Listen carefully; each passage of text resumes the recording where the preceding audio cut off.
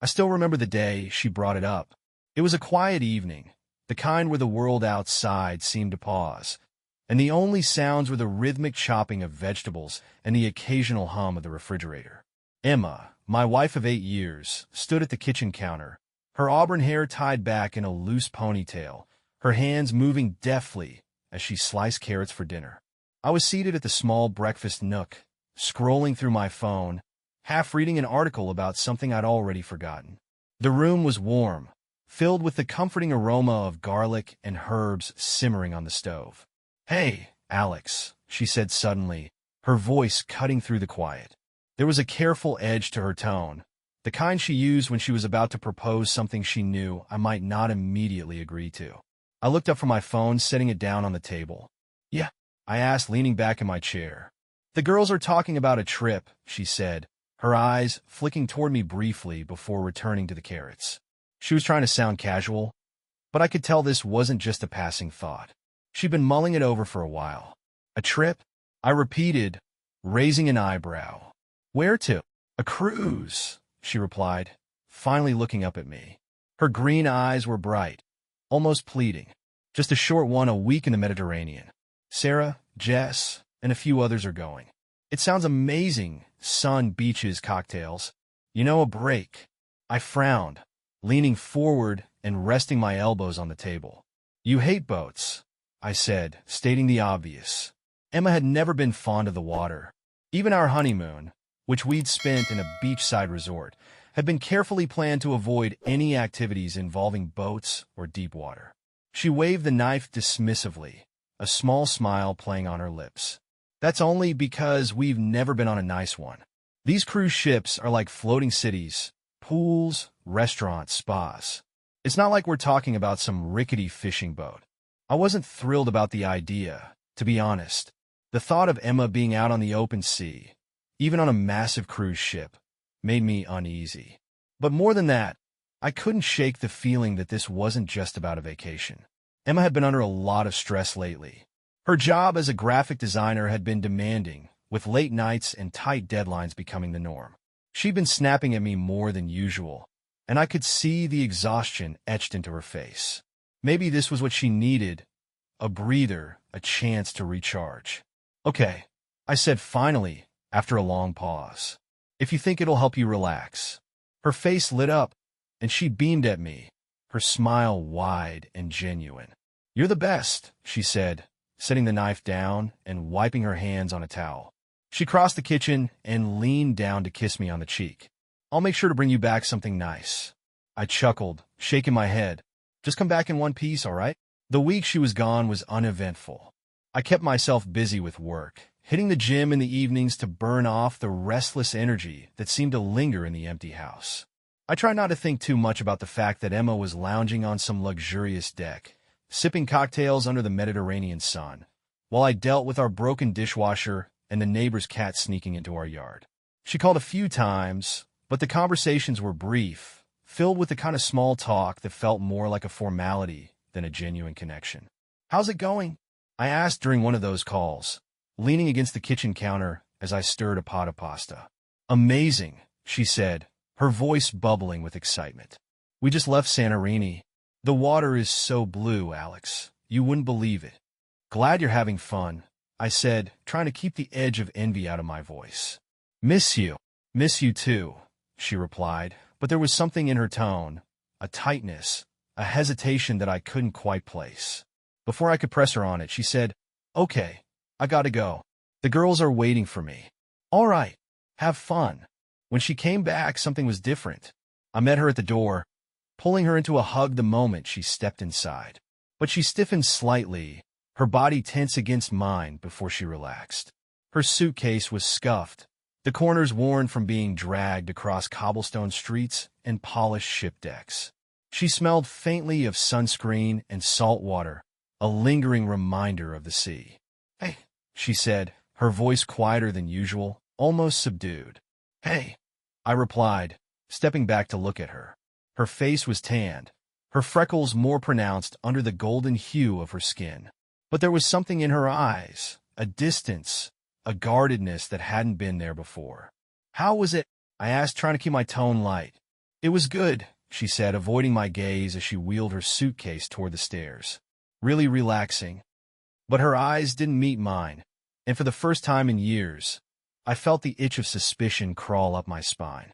The days after Emma's return were strange. At first, I told myself I was overthinking things. Maybe she was just tired from the trip, or maybe the post-vacation blues were hitting her harder than usual. But as the days turned into a week, it became harder to ignore the growing distance between us. She wasn't the same. The Emma who used to laugh at my terrible jokes, who would curl up next to me on the couch while we watched TV, who would fill the house with her energy and warmth. That Emma seemed to have stayed on the cruise ship.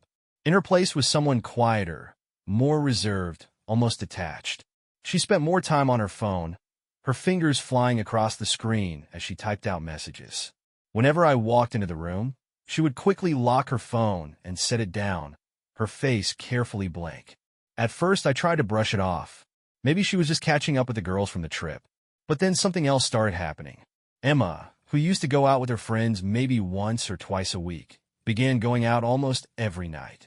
Sarah wants to grab drinks, she'd say casually as she slipped on her jacket, or just as having a rough day. So we're going to talk. At first, I didn't think much of it. I wanted to be a supportive husband, to give her the space she needed. But after the third or fourth night in a row, I started to feel uneasy. Another night out?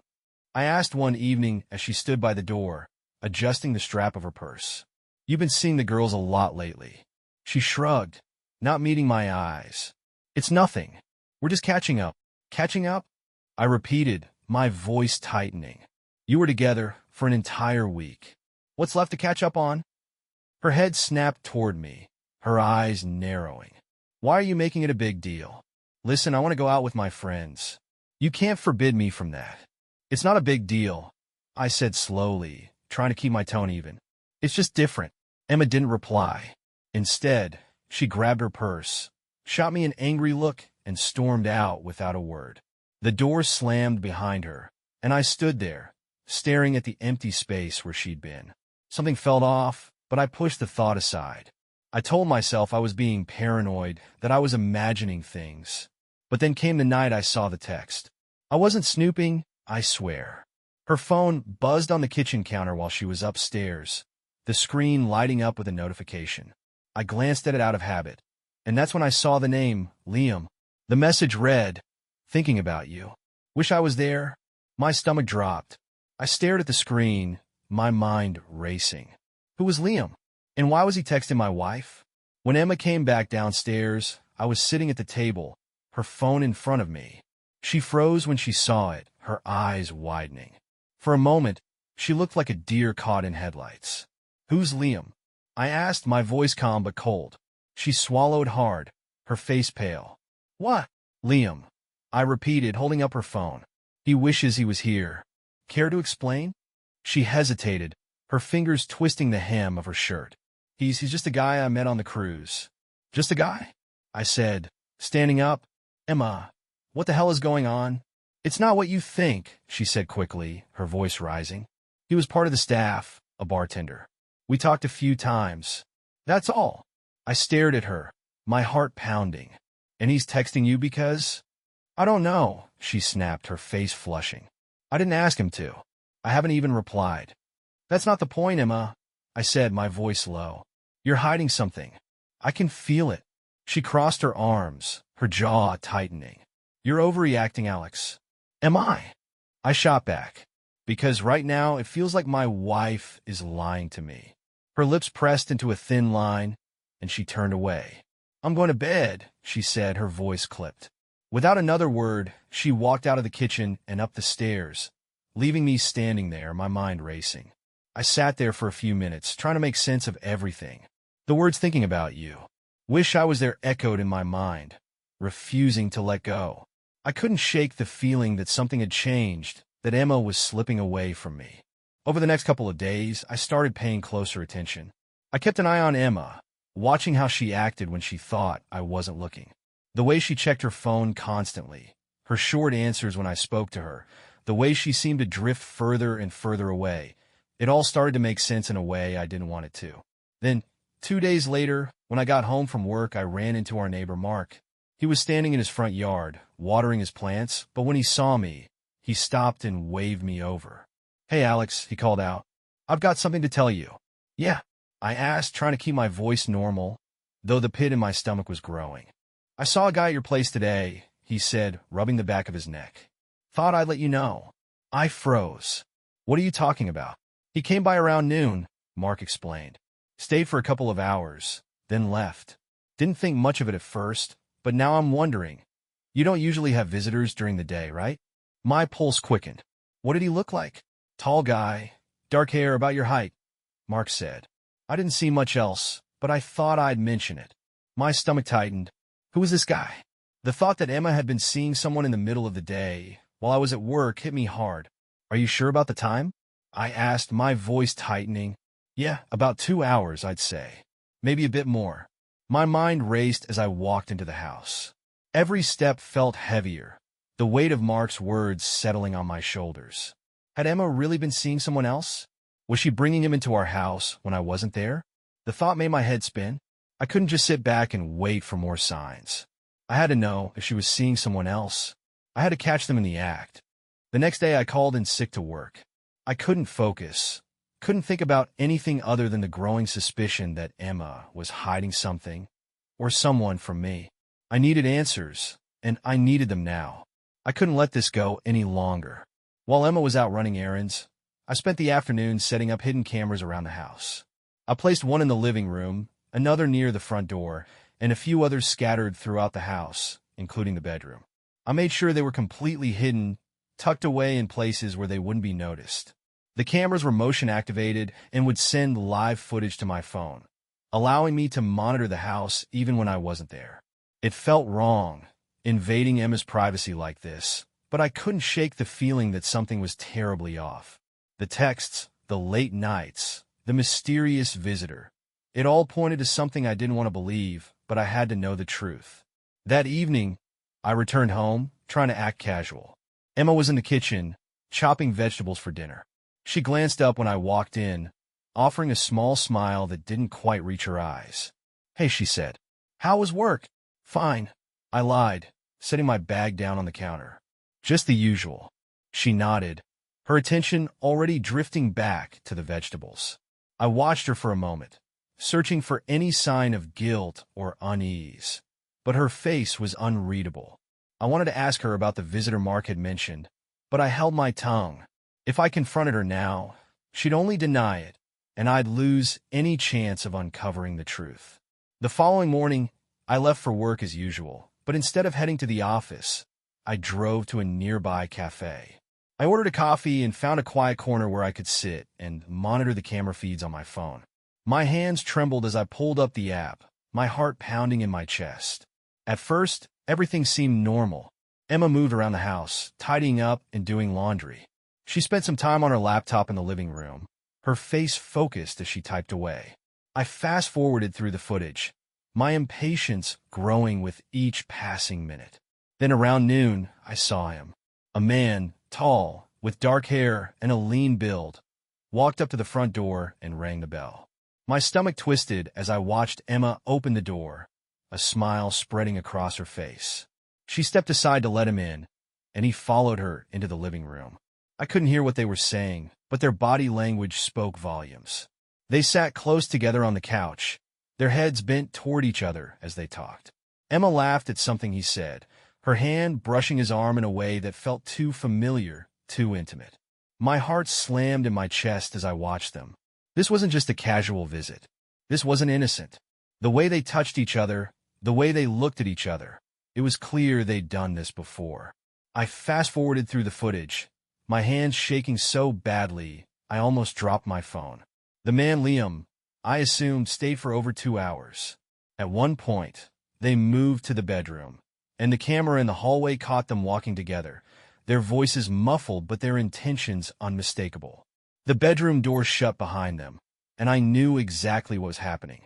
I stopped the footage and sat there, frozen, trying to comprehend what I had just seen. The anger, the hurt, it all welled up inside me, threatening to spill over. Emma had been lying to me for who knows how long. This man, this stranger, was now in my house, in our bed, and I had been completely oblivious. The weight of the betrayal crushed me, but I had to know more. I needed to understand how deep this went. That night, after Emma had gone to sleep, I grabbed her phone from the nightstand. My hands trembled as I unlocked it and went straight to her messages. It didn't take long to find what I was looking for. I checked her most recent messages, and there it was, Liam's name, along with a string of texts that made my stomach churn. The messages from their time on the cruise, the photos she had sent him, the flirtatious banter. It was all there. Emma had been cheating on me while I was led to believe she was on a girl's getaway. And those nights, she claimed she was going out with her friends? Those were the nights she was actually spending with Liam. I scrolled further, my heart sinking with each message. Liam had taken a leave from work to visit her here. He would be staying for 2 weeks, and Emma was thrilled about it. The texts were filled with plans for their time together, with Emma promising to show him around the city and make sure he had the best time ever. I could barely hold on to my thoughts as I read through the conversation. I had all the proof now, every message, every photo. It was all there, undeniable and damning. And in that moment, I knew what I had to do. The shock was still settling in, but one thing was clear. I wanted revenge. I had been betrayed, and I wasn't going to let it slide. I looked through the messages again, my mind racing. There was one that stood out. Liam had planned to come back in 2 days, meeting Emma at noon while I was at work. He would slip into my house, just like before, and I wouldn't even be there to stop it. That was when the idea hit me. The next morning, I called Emma's parents. I told them I had a surprise plan for her. A visit from them to cheer her up after what I claimed had been a stressful few weeks. They were thrilled at the idea of spending time with their daughter, and I could hear the excitement in their voices as they agreed to fly in that very afternoon.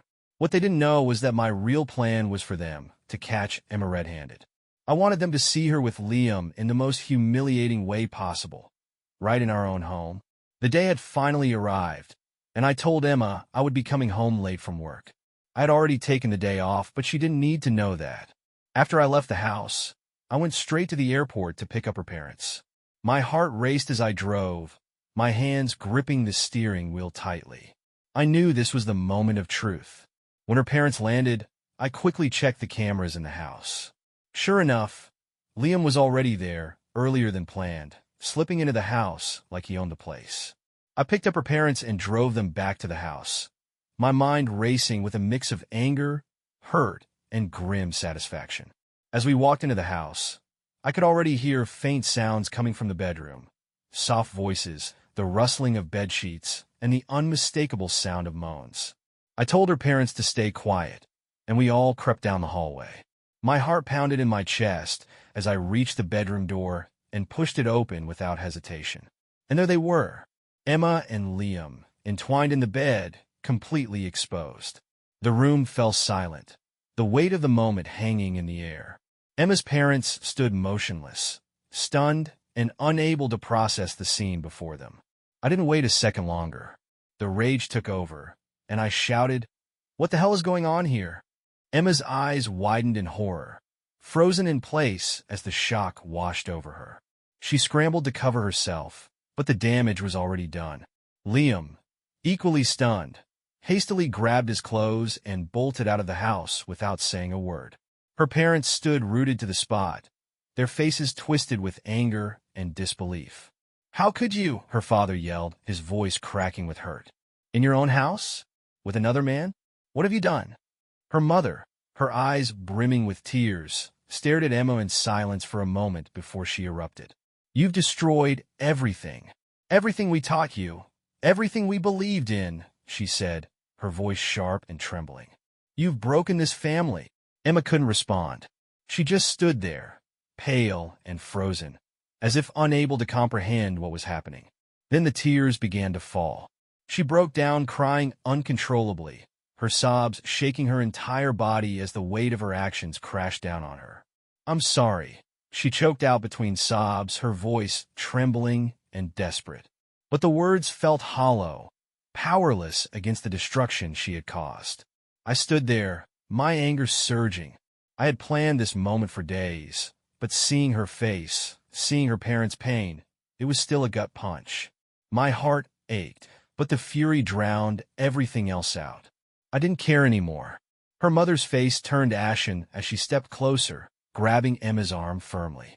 "You've humiliated us," she said, her voice trembling with a mix of rage and anguish. "Do you even realize what you've done?" Emma tried to speak, her mouth trembling, but no sound came out. Her sobs grew louder, tears streaming down her face as she clutched at her sides, overwhelmed by shame and regret. But it wasn't enough. It was too late for apologies. I couldn't hold back any longer. My voice cracked with fury as I spat. "This is what you've been doing behind my back. Lying to me? Sleeping with this guy while I trusted you? This whole time, I was the fool." Her father shook his head in disbelief, his voice heavy with grief. "I don't know who you are anymore," he said bitterly, turning away as tears welled in his eyes. "You're not the daughter we raised." Her mother stepped forward, her tone cold and resolute. "We don't want to see you again, Emma. Not after this," she said sharply. "You've broken everything. You're not the person we thought you were." Emma's face crumpled as her mother's words hit her. She staggered back, her legs buckling beneath her, her sobs becoming frantic. She opened her mouth, but no sound came out. The weight of the betrayal she had wrought on all of us was unbearable, even for her. I stood there, heart pounding, consumed by the anger and pain of her deceit. This was the final nail in the coffin. There was no going back now. Her parents turned away, their faces etched with disbelief and anger as they headed for the door. Her father didn't look back, his voice low and final as he spoke. "I can't believe what you've become, Emma," he said. "Goodbye." Her mother followed, pausing briefly in the doorway. She looked back, her eyes filled with disappointment. "You've hurt us in ways we can't forgive. Don't try to reach out to us," she said softly but firmly before leaving the room. As her parents turned and walked away, I took a deep breath, my voice cold and final. "It's over, Emma. I'm filing for divorce," I said, staring at her tear-streaked face. "You've destroyed everything we had, and there's no coming back from this." Emma sobbed uncontrollably, reaching for me. "Please, I'm sorry. I'll fix it, I promise." I shook my head unmoved. "You should have thought of that before you lied, before you cheated." Without another word, I turned and left the room, her cries echoing behind me. The days that followed were a blur. Emma moved out that same night, packing a few essentials into a suitcase and leaving for her friend Sarah's place. She didn't argue, didn't try to defend herself further. She just left, her face pale and tear-streaked, her shoulders slumped under the weight of her guilt. I stood in the doorway, watching her go, feeling a strange mix of relief and emptiness. The next morning, I filed for divorce. The process was straightforward, but the weight of it still hit me hard. The papers were served, and Emma didn't fight it. She knew it was over, just as I did. Our marriage had ended, and there was no going back. The betrayal was too much to forgive, and I couldn't live in a lie any longer. In the weeks that followed, I threw myself into work, trying to distract myself from the pain and anger that still lingered. The house felt too big, too quiet, without Emma's presence. I found myself avoiding the bedroom, where the memories of what I'd seen on the camera footage still haunted me. I sold the bed and bought a new one, trying to erase the physical reminder of her betrayal. Emma's parents stayed in touch, though their conversations with me were brief and strained. They were devastated by what had happened, and I could hear the hurt in their voices whenever we spoke. They had cut off contact with Emma. Unable to reconcile the daughter they thought they knew with the woman who had betrayed her husband and her family. As for Emma, she tried to reach out a few times. She sent me texts, emails, even a handwritten letter, all filled with apologies and pleas for forgiveness. She said she was seeing a therapist, that she was trying to understand why she had made the choices she did. She begged for a second chance, promising that she would do whatever it took to rebuild our relationship. But I couldn't do it. Every time I thought about giving her another chance, the image of her with Liam flashed in my mind, and the anger would come rushing back. I had trusted her completely, and she had shattered that trust. There was no way to piece it back together. Months passed, and life slowly began to move forward. I started dating again, tentatively at first, unsure if I could ever trust someone the way I had trusted Emma. But with time, I began to heal. I met someone new, a woman named Claire who was kind, honest, and patient. She didn't try to rush me or push me to open up before I was ready. She just let me be, and slowly, I began to let her in. One evening, as Claire and I sat on the couch, talking and laughing, I realized that I was finally starting to feel like myself again. The pain of Emma's betrayal was still there, but it no longer consumed me. I had found a way to move on, to rebuild my life without her. As for Emma, I heard through mutual friends that she had moved to another city, trying to start over. I didn't know if she had found happiness or if she was still grappling with the consequences of her actions. And honestly, I didn't care. She was no longer a part of my life, and I was okay with that. The betrayal had changed me, but it hadn't broken me. I had come out on the other side stronger, more cautious, but also more aware of what I deserved. I had learned that trust is fragile, but it's also worth fighting for, with the right person. As I sat there with Claire, her hand in mine, I felt a sense of peace that I hadn't felt in a long time. The past was behind me, and the future was wide open. I had survived the storm, and now, finally, I was ready to embrace whatever came next.